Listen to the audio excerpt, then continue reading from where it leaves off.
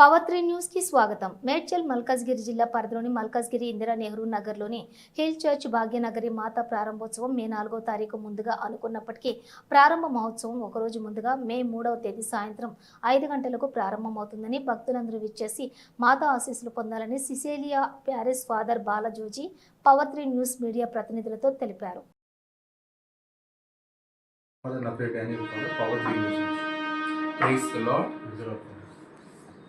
భాగ్యనగిరి మాత భక్తులారా, విశ్వాసులారా, కొన్ని అనివార్య కారణాల వల్ల మే 4వ తారీఖున భాగ్యనగిరి మాత గృహ